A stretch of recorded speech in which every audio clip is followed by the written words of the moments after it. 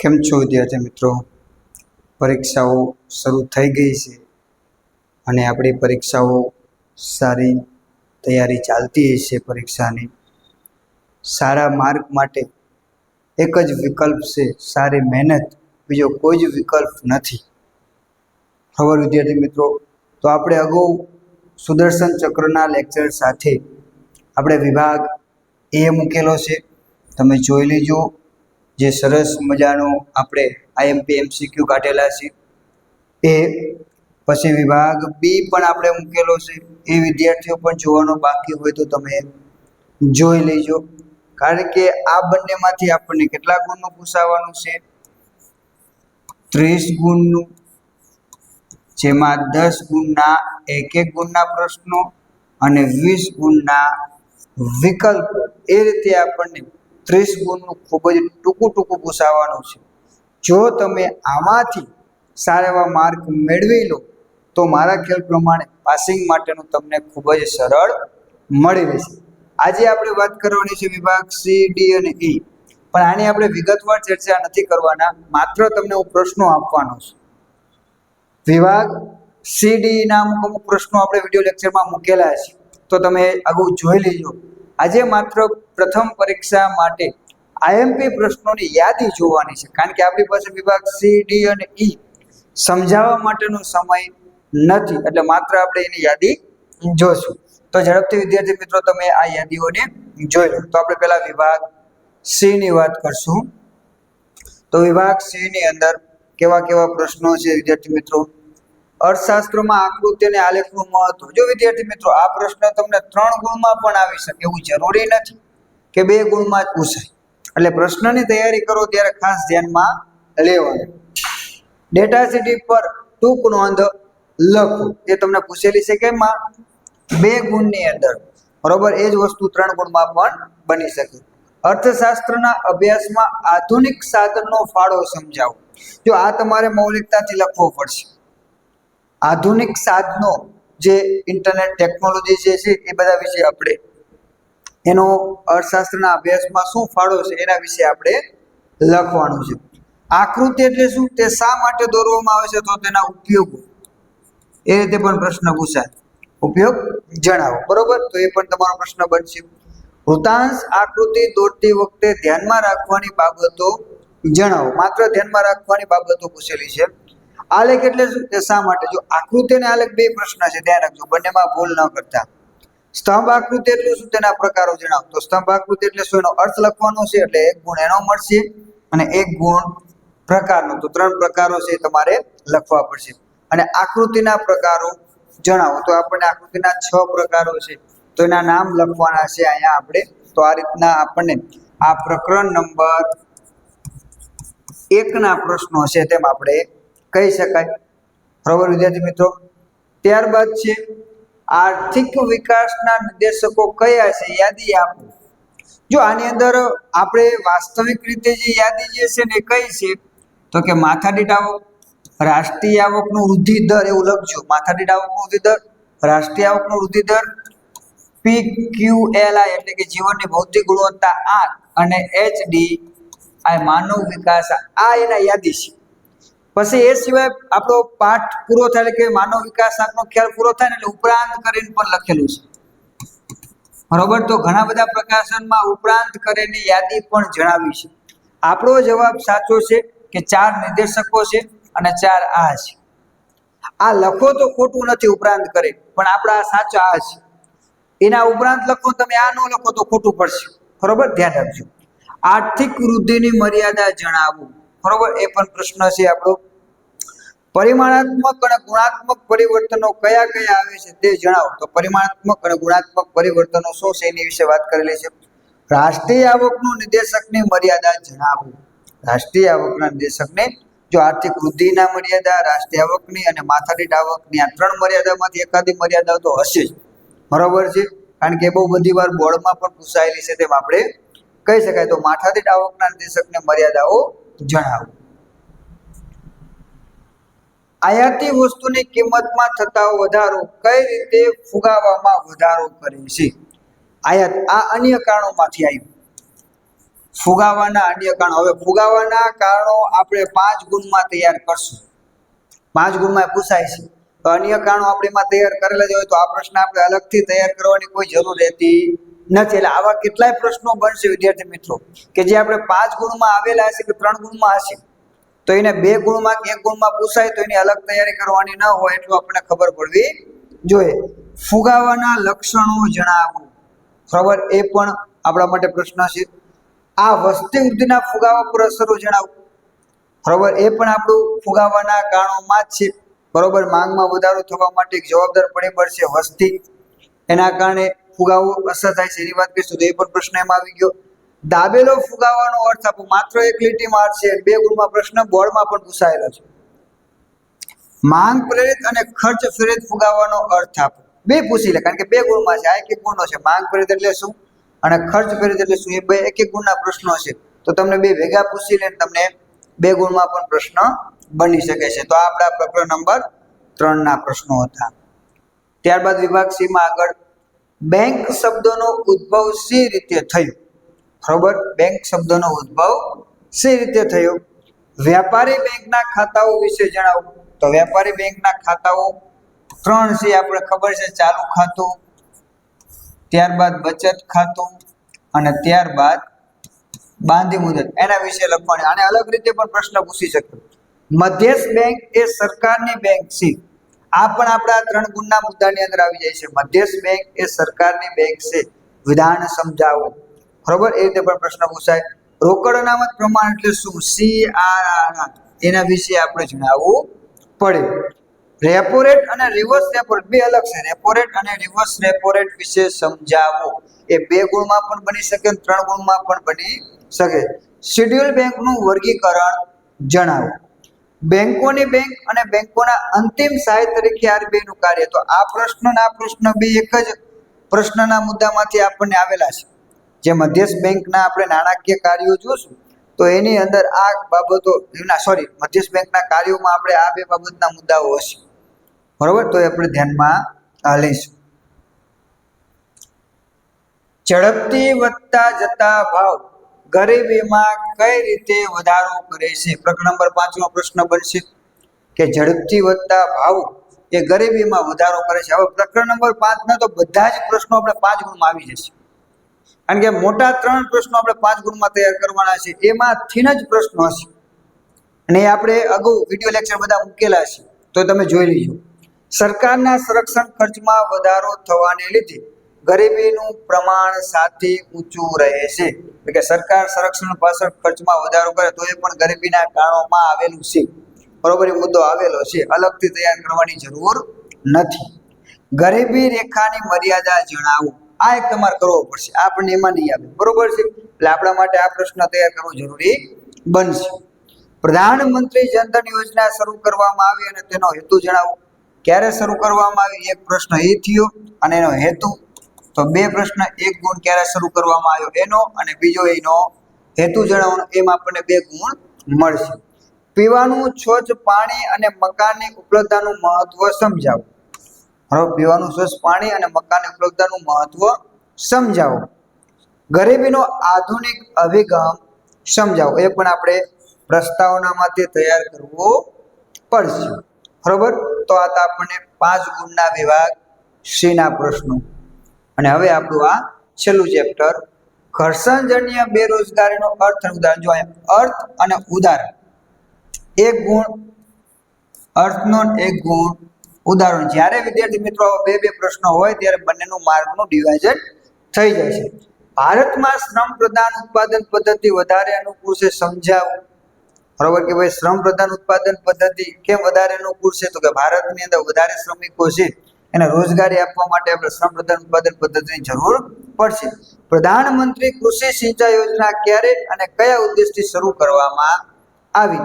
ક્યારે એ પ્રશ્ન અને કયા ઉદ્દેશથી શરૂ કરવામાં આવી, એ 2 પ્રશ્નો બન્યા. સ્વૈચ્છિક બેરોજગારીનો ખ્યાલ સમજાવો. સ્વૈચ્છિક અને અનૈચ્છિક બેરોજગારી એવો 2 ખ્યાલ આવે છે. દીનદયાળ ઉપાધ્યાય ગ્રામ જ્યોતિ યોજના સમજાવો. દીનદયાળ ઉપાધ્યાય ગ્રામ જ્યોતિ યોજના, બરોબર કે આ યોજના શું છે, શેના માટે છે, એના વિશે આપણે લખવાનું છે. તો અત્યાર સુધીના હતા આપણે વિભાગ સી ના પ્રશ્નો. હવે આપણે વાત કરશું વિભાગ ડી ના પ્રશ્નો. બરોબર. જો ઘણીવાર શું થશે કે અમુક પ્રશ્ન વિભાગ ડી માં આવતો હશે તો વિભાગ સી માં નહીં લીધો, અમુક પ્રશ્ન વિભાગ સી નો હશે તો વિભાગ ડી માં નહીં લીધો હોય, એટલે આવું ધ્યાનમાં રાખવાનું. માત્ર વિભાગ સી ના પ્રશ્નો માત્ર વિભાગ સી ના સેમ નહીં સમજવાનું, એ ડી માં પણ પૂછાઈ શકે, ડી ના પ્રશ્નો સી માં પણ પૂછાઈ શકે. આકૃતિ અને આલેખ દોરતી વખતે ધ્યાનમાં રાખવાની બાબતો જણાવો. બરોબર.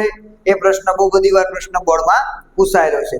ઇન્ટરનેટ ટેકનોલોજીના ઉપયોગ સમજાવો. ઇન્ટરનેટ ટેકનોલોજીનો ઉપયોગ શું છે એની વાત કરવામાં આવી છે.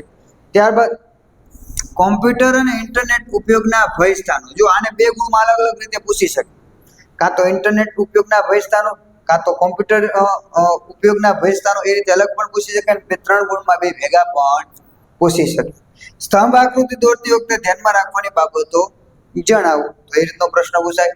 તો આપણે વિભાગ ડી ના ત્રણ ગુણના પ્રશ્ન પ્રકરણ 1 માંથી આટલા બને છે. જીવનની ભૌતિક ગુણવત્તા એટલે શું? જો ગુણવત્તા આંક એટલે નથી પૂછ્યું, આ પ્રશ્ન સમજો. જીવનની ભૌતિક ગુણવત્તા એટલે શું? અને બીજો પ્રશ્ન શું છે? જીવનની ભૌતિક ગુણવત્તા આંકની મર્યાદા સમજાવો. આ બે પ્રશ્ન કન્ફ્યુઝ કરશે, ધ્યાન રાખજો. બરોબર. એટલે વિચારીને લખજો. તફાવત આર્થિક વૃદ્ધિ અને વિકાસ એ 5 ગુણમાં પણ પૂછાઈ શકે વિદ્યાર્થી મિત્રો. એટલે આપણે 5 ગુણના અનુસંધાનમાં તૈયાર કરવાનો. કદાચ 5 ગુણમાં પૂછાય તો પણ આપણને આવડવું જોઈએ. માનવ વિકાસ આંકમાં કઈ કઈ બાબતોનો સમાવેશ થાય છે? સમજૂતી આપો. આ પણ 5 ગુણનો પ્રશ્ન બની શકે. બરોબર. એ પણ 5 ગુણનો. પહેલી પરીક્ષામાંથી બીજા ચેપ્ટરમાંથી 5 ગુણનો પ્રશ્ન એક હશે. એટલે આપણે આ બધા પ્રશ્નો 5 ગુણમાં તૈયાર કરશું. આર્થિક વિકાસના નિર્દેશક તરીકે માથાદીઠ આવક સમજો. બરોબર. આર્થિક વિકાસના નિર્દેશક તરીકે જીવનની ભૌતિક ગુણવત્તા આંકની સમજૂતી આપો. બરાબર. તો જીવનની ભૌતિક ગુણવત્તા અને પીક્યુઆઈ અને એચડીઆઈ આ જ મોટા ભાગના પ્રશ્નો છે.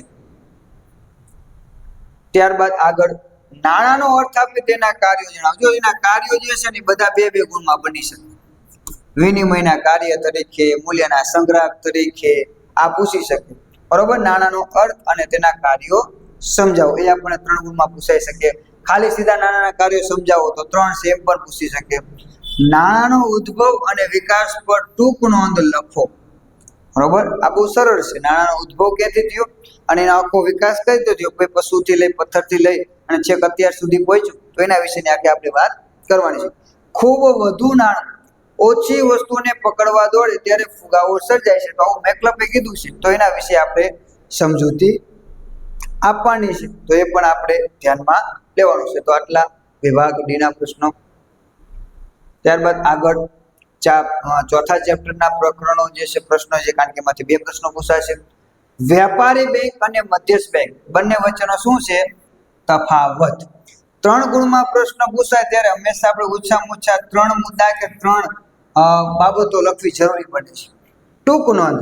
બરોબર. અહીંયા શું આવશે? ટૂંક નોંધ. ભારતમાં વેપારી બેંકોનું અસ્તિત્વ. આરબીઆઈના બિન નાણાકીય નાણાકીય કાર્યો. બરોબર. બે છે. બિન નાણાકીય કાર્યો જે છે એ પણ છે અને નાણાકીય કાર્યો પણ રહેશે. ટૂંક નોંધ. બેંક રેટ, એ રીતે પણ પ્રશ્ન પૂછાય.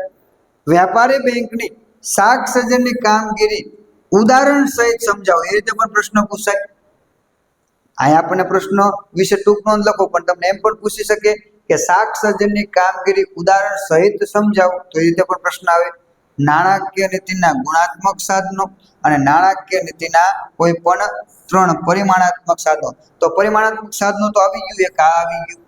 એને અગાઉ આપણે રેપો રેટ અને રિવર્સ રેપો રેટ આવી ગયું. રોકડ અનામતનું પ્રમાણ આવી ગયું. આ 3 પરિમાણાત્મક સાધનો છે. તો હવે આ પ્રશ્ન તો આપણને એમ નામ તૈયાર થઈ ગયો. તો થોડીક સામાન્ય બુદ્ધિ આપણે ચર્ચા વાપરવાની વિદ્યાર્થી મિત્રો.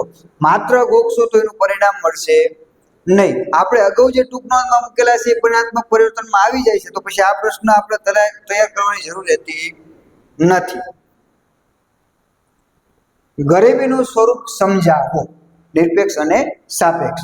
ગરીબીના સ્વાસ્થ્ય સંબંધિત નિર્દેશકો. જો આ 5 ગુણનો પ્રશ્ન છે. આની અંદર 4 થી 5 મુદ્દાઓ છે સ્વાસ્થ્ય સંબંધી, જે ગરીબીના નિર્દેશકોની યાદી છે ને એમાંથી આ ગોતવાના છે. એ આપણે લેક્ચરમાં કીધું હતું સ્વાસ્થ્ય સંબંધિત નિર્દેશકો કયા કયા છે. ગરીબી નિવારણ માટેના રોજગારલક્ષી કાર્યક્રમો સમજાવો. ગરીબી નિવારણ માટેની સામાજિક સલામતીની યોજનાઓ ટૂંકમાં સમજાવો. બધા જ 5 ગુણની અંદર આવી જશે. એટલે આપણે ચેપ્ટર નંબર 5 ગરીબમાંથી તો આપણે 5 ગુણના પ્રશ્નો તૈયાર કરશું એટલે લગભગ અંદર બધું આવી જશે. અર્ધ બેરોજગારીનો ખ્યાલ સમજાવો. રાજકૃષ્ણ સમિતિ આપેલા બેરોજગારીના માપદંડો જણાવો. 4 માપદંડો છે. પ્રચ્છન્ન બેરોજગારીનો ખ્યાલ ઉદાહરણ સાથે સમજાવો. ખામયુક્ત શિક્ષણ પદ્ધતિ બેરોજગારી માટે જવાબદાર છે, સમજાવો. આ બધા 3 ગુણમાં છે. હરિયાળી ક્રાંતિના વેગ અને વિસ્તાર દ્વારા બેરોજગારીની સમસ્યા હળવી કરી શકાય છે, સમજાવો. ટૂંક નોંધ મનરેગા અથવા તો મહાત્મા ગાંધી રાષ્ટ્રીય બાંહેધરી ધારો એ પણ આખું લખેલું હોય એના વિશે સમજાવો એવો પણ પ્રશ્ન આવી શકે છે. અને ત્યારબાદ છે વિભાગ એના પ્રશ્નો. તો હવે આપણે બોર્ડ પ્રમાણે બ્લુપ્રિન્ટમાં થોડોક આમાં ફેર રહેશે. બોર્ડની બ્લુપ્રિન્ટ છે એ પ્રમાણે પ્રશ્ન હશે ને, કારણ કે અહીંયા ચેપ્ટરો 50% છે એટલે ફિક્સ કોઈ બ્લુપ્રિન્ટ હોતી નથી. બધા પોતપોતાની રીતે રજૂ કરતા હોય છે, પણ સરેરાશ એવરેજ આપણે આઈએમપી તરીકે જોઈ શકાય કે આવા પ્રશ્નો પૂછી શકાય. આર્થિક વિકાસના નિર્દેશક તરીકે જીવનની ભૌતિક ગુણવત્તાના સુધારણા આંક વિશે સમજાવો. આ પ્રકરણ નંબર 2 નો બનશે. માનવ વિકાસ આંકના ઘટકો સમજાવી. આ ઘટકોનું મહત્વ અને મર્યાદા જણાવો. આ પણ પ્રકરણ નંબર 2. એટલે એક પ્રશ્ન પ્રકરણ નંબર 2 નો હશે. સાટા પ્રથાનો અર્થ ઉદાહરણ આપી તેની મર્યાદા સમજાવો. આપણા બ્લુપ્રિન્ટ પ્રમાણે છે પ્રકરણ નંબર 3 નો. ફુગાવાનો અર્થ આપી તેના કારણો ચર્ચો. તો એ પણ પ્રકરણ નંબર 3. કારણો કદાચ બધા ન પૂછે, મુખ્ય કારણો પણ પૂછે તો મુખ્ય કારણો 2 પણ, કાં તો માત્ર અન્ય કારણો પણ પૂછી લે, એવું પણ પૂછી લે. ફુગાવાનો અર્થ આપી અન્ય કારણો ચર્ચો. બરોબર, એ રીતે પ્રશ્ન પૂછાય, કારણ કે આખો પ્રશ્ન નહીં હોય. આગળ એમાં ગરીબીના નિર્દેશકો સમજાવો. તો હવે ગરીબીના નિર્દેશકો સીધા પૂછે તો આપણે ઓછામાં ઓછા કેટલા સમજાવવાના? 5. બરોબર, જો સૂચના આપી છે 5 તો કાંઈ પ્રશ્ન નથી આપી તો 5 તો આપણે લખવાનું. ગરીબીના કારણો, હવે કારણો કોઈ પણ હોય આપણે જાણવી છે. ઐતિહાસિક કારણ છે, ગ્રામીણ ગરીબી છે, આર્થિક કારણ છે, બરોબર છે. તો એમાંથી કોઈ પણ કારણ હોઈ શકે. ગરીબી ઘટાડવાના ઉપાયો ચર્ચો. તો આ પણ આપણે 5 થી 7 મુદ્દા યાદ રાખવાના વિદ્યાર્થી મિત્રો. તો તમને જે અનુકૂળતા લાગે એ પ્રમાણે. બેરોજગારી ઉદ્ભવવાના કારણો સમજાવો. કોઈ પણ 5. બરોબર, ઉદ્ભવવાના કારણો તો એ પણ ઘણા બધા છે. તો એની અંદર પણ આપણે 5 થી 7 મુદ્દા યાદ રાખવાના, એટલે આપણને એમાંથી પ્રશ્ન પૂછાય તો વાંધો આવે નહીં. અને બેરોજગારી સમસ્યા હલ કરવાના ઉપાયો સમજાવો. એ પણ કોઈ પણ 5. એટલે કે બેરોજગારી સમસ્યા હલ કરવાના જે ઉપાયો જે છે તો એ પણ આની અંદર આવી ગયા છે. ઉપાયો, ગરીબી ઘટાડવાના ઉપાયો. રાજ્ય સરકારે ગરીબીને બેરોજગારીની સમસ્યા, સોરી આ બે અલગ છે. બેરોજગારી સમસ્યા હલ કરવાના ઉપાયો સમજાવો. કોઈ પણ 5. આપણને આ ચેપ્ટરમાંથી વાર્ષિક પરીક્ષામાં 5 ગુણના પ્રશ્નો નથી, પણ અત્યારે આપણે તૈયાર કરવાના. આ પ્રકરણ નંબર 6 છે અને આ પ્રકરણ નંબર 5 ના પ્રશ્નો છે. બરોબર, એટલે આપણે પ્રકરણ નંબર 2, 5, 3 અને 6 માંથી આપણે તૈયાર કરશું. ચોથા પ્રકરણમાંથી તૈયાર કરશું નહીં. અને એક પ્રશ્ન આપણો ફરજિયાત છેલ્લો પ્રશ્ન કયો હશે વિદ્યાર્થી મિત્રો? આલેખ.